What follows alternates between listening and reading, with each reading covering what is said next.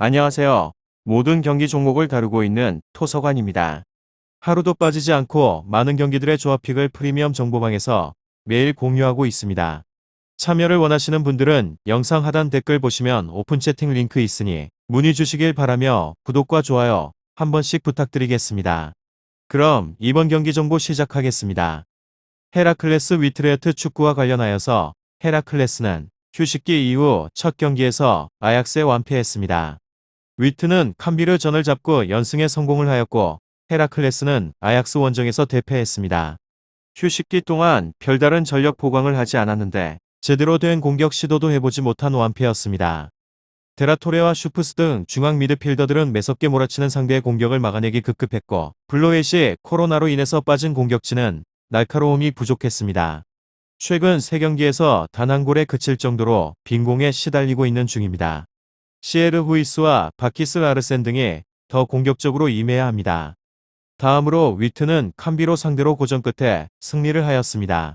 이번 시즌 팀의 공격 최일선에 나서는 두비카스가 멀티골로 팀 공격을 이끌었는데 이적 시장에서 데려온 헤렌벤 출신 스트라이커 행크 비어만이 승리를 견인하는 중요한 골을 넣었습니다. 반더 호른과 반더 마렐 등 수비는 안정적이기에 공격 카드를 보강한 것이 효과적이기도 하였고 람셀라와 마이 등 두비카스와 비어만을 지원할 수 있는 이선 공격수도 즐비합니다. 헤라클레스 위트레흐트 이 두 곳에 있어서 위트의 승리를 보고 있는데 헤라클레스는 블로잇이 코로나 확진으로 인해서 이 경기에도 출전을 할 수 없습니다. 시에르 후이스가 최전방에서 활발하게 움직이겠지만 확실히 그를 지원할 선수가 부족하기도 하며 시타르트에서 영입한 한손은 시즌 내내 그리 인상적인 움직임은 아니었습니다. 마헤르와 템버가 중원의 우위를 이끌 수 있고 비어만이 결정력이 높은 마무리를 할 위트가 연승을 이어갈 것 같기도 합니다. 다음으로 헤라클레스 리그에서는 15위로 승무무부패 강등 마지노선에서 분투 중인 중하위 전력입니다. 직전 경기에서 아약스와의 격돌에 있어서 무기력한 완패를 피하지 못한 곳으로 지난 20일 알고 어헤드와의 승부가 중요한 복귀 포인트로 보입니다. 이날 무려 20회의 슈팅을 시도를 하였는데 이 중 8회는 일선 시어 휘스의 몫이었습니다. 적어도 일선으로에서의 볼 공급에 대해서 어려움이 없었다는 점은 일말의 긍정적인 요소로 봐도 무방합니다. 시어 휘스가 기복의 끝판왕이긴 하지만 그래도 단기 페이스가 나쁘지는 않았습니다. 이 부분에 있어서 토레 드리블러 그리고 바사키 코글루 라우르센 등 일부 개인적인 전술을 갖추게 된 옵션들도 존재를 하며 최소한의 만회에 대한 득점 가능성은 열어두도록 합시다.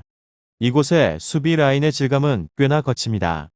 삼선 키오모우츠 조글루의 경우에는 왕성한 활동량을 바탕으로 하여서 전방 진출까지 노릴 수 있는 옵션으로 분류가 되긴 하지만 수비 전환 시에 있어서는 전혀 도움이 되지 않고 있습니다.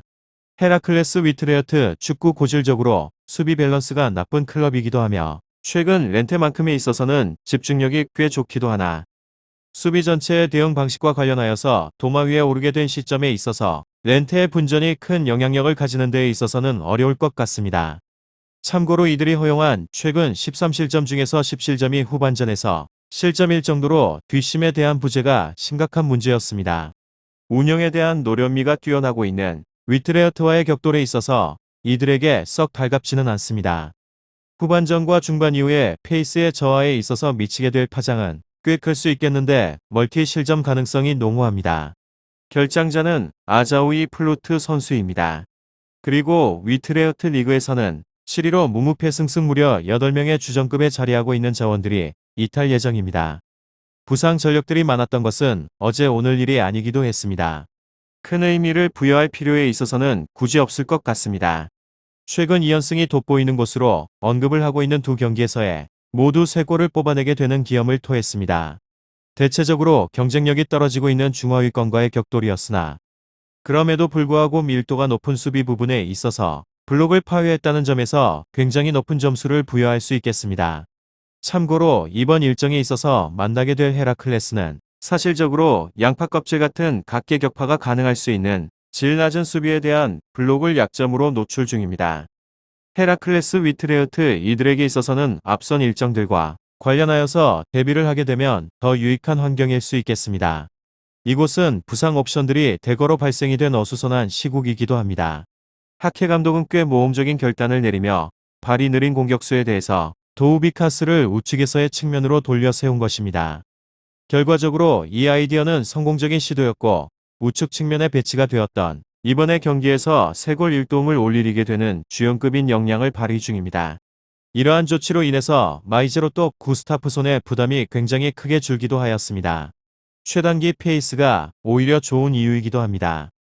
헤라클레스의 수비 블록 정도는 큰 문제가 없이 도려낼 수 있을 정도이기도 하며 올 시즌에 있어서 위트레흐트의 슈팅에 대한 허용 빈도는 경기당 10.5회 수준입니다. 고효율의 공격적인 플랜뿐만 아니라 견고한 무게에 대한 중심을 바탕으로 하여서 한 안정적인 수비 블록까지 빛나고 있습니다.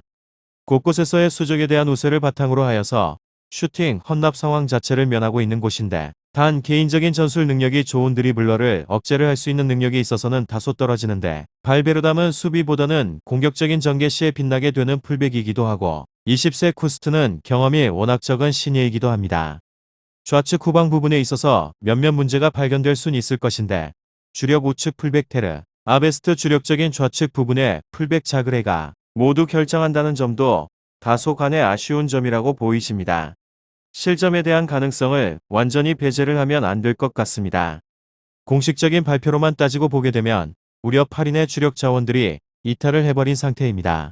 다만 이러한 상황에 있어서도 하케 감독은 여러 번의 변화들을 통하여서 의미 있는 결과물들을 만들어내고 있습니다. 헤라클레스 위트레흐트 축구 잘 알아보시고 좋은 결과 얻어보시길 바랍니다. 유익한 정보가 되셨다면 구독과 좋아요 한 번씩 부탁드립니다. 그리고 최종 조합과 정답치는 항상 프리미엄 정보방에서 항상 공유하고 있으니 참고해 주시고 이번 영상 마무리하겠습니다.